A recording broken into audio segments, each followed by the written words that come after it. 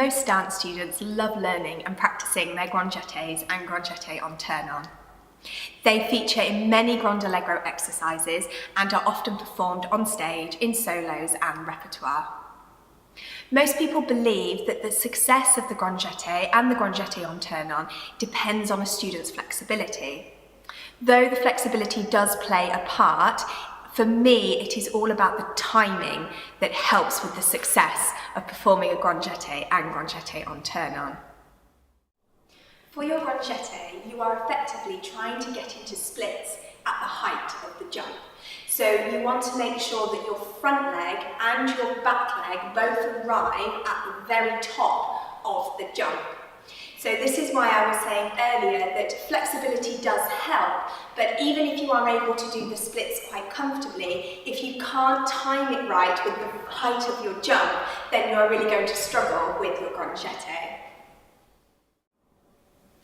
Let me show you on the floor what you are aiming to get to in the air. So if we have a look at the splits, this way, you want to make sure that your back leg is really turned out and that you're stretching both feet at the height of the grand jeté. You want to try and keep your hips and your back nice and square. So you don't want to open the hips up this way when you are doing your grand jeté. You want to try and keep your hips forward, but still keeping the turnout in the back leg. Let me begin by looking at the grand jeté with a développé, or sometimes it is called a flick jeté.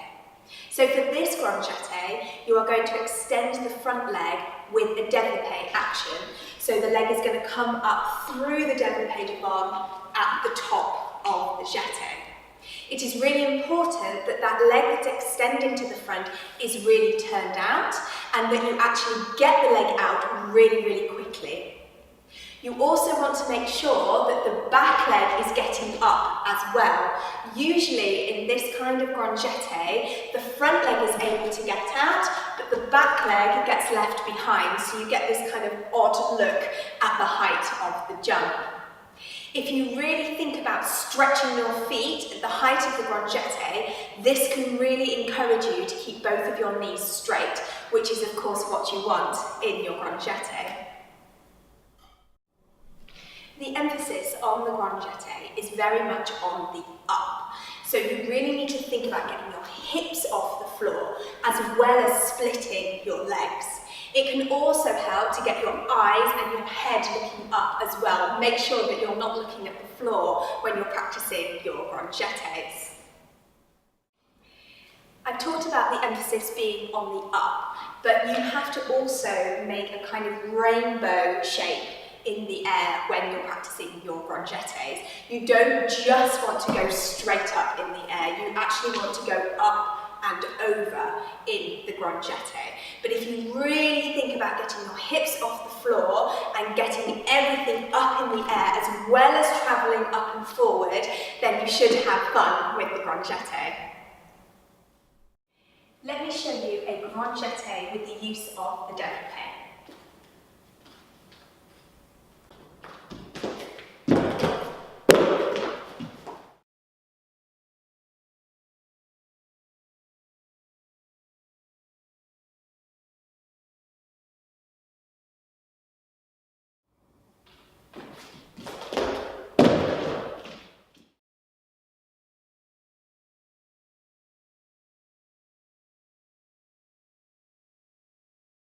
Thank you for watching. I will be sharing my new video for you next Thursday morning.